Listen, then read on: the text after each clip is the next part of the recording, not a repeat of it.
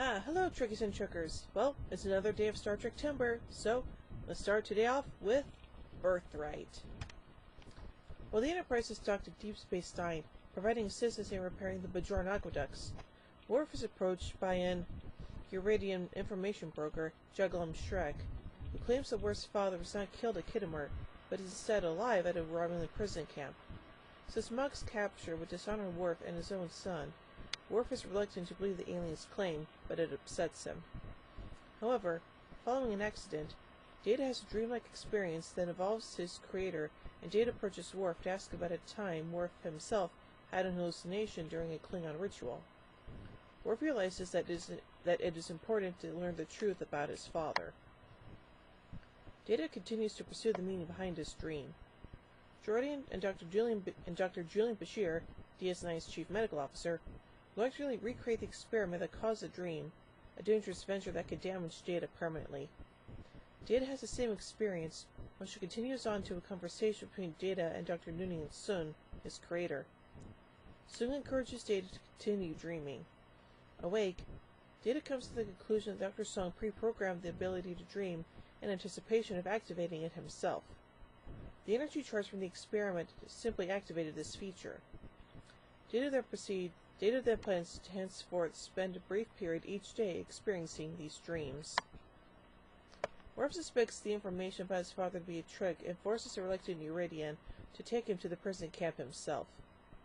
Because of the danger involved, Worf makes the final leg of the journey alone on foot, where he finds the Klingons moving about freely with Romulans.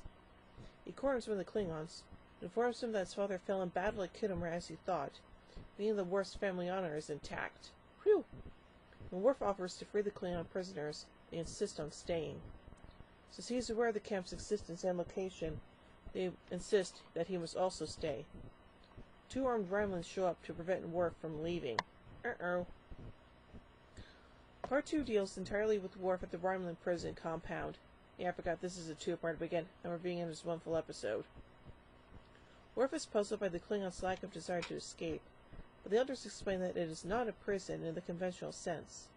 They have chosen to stay, since returning would be a great dishonor to their families, who have assumed the warriors died in battle.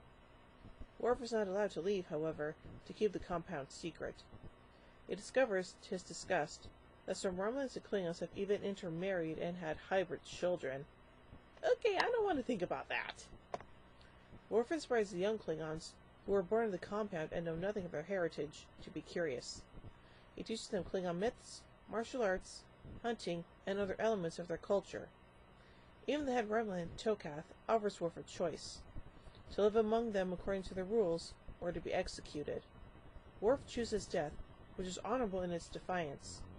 The next morning, at Worf's execution, the young Klingons he has inspired suddenly decide to stand and die with him. Unwilling to kill them all, Tokath allows Worf and the young Klingons to leave. A Romulan warbird delivers them to the Enterprise, which have been searching for Worf since his disappearance from DS9. Oh boy! So anyway, let's look at some production and, some notes about this episode. Guest star Richard Hurt had previously appeared in other science fiction television series, such as the main cast of the original miniseries of V, and a guest appearance on Quantum Leap. Birthright marked his first appearance in the Star Trek franchise, where he played the Klingon Lakor, the leader of the group that had been captured by the Romulans. Initially, the character was intended to be revealed as Worf's father, Mog. Hurt explained that, quote, "In the original script, I was Worf's father. That was their initial thought, but then the producers decided that it would be too complicated. The role required him to undergo 3 hours of makeup each day, but he said that, quote, I had such a good time that I would love to do another Star Trek." He would go on to be cast in a recurring role in Star Trek Voyager as Admiral Owen Paris, the father of Tom Paris. Brent Spiner plays 2 roles in this episode, that of his main character Data, and his creator Dr. Noonien Sung. Birthright Part 1 is a crossover featuring some of the characters from Star Trek Deep Space Nine. Birthright Part 2 was the only episode directed by visual effects supervisor Dan Curry. The A-plot in the story is derived from 2 separate premises. One, pitched by George Brozak, concerned captured Klingons too proud to go home. The other, from Daryl F. Mallet, Arthur Lloyd Holcomb and Barbara Wallace, concerning that Worf's father, Mogg, might still be alive after Khitomer.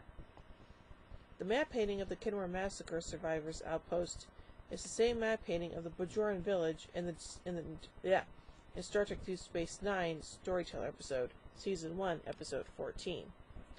So I think this is a pretty interesting episode, and it's definitely good. It's a good character study for Worf, so there's that too.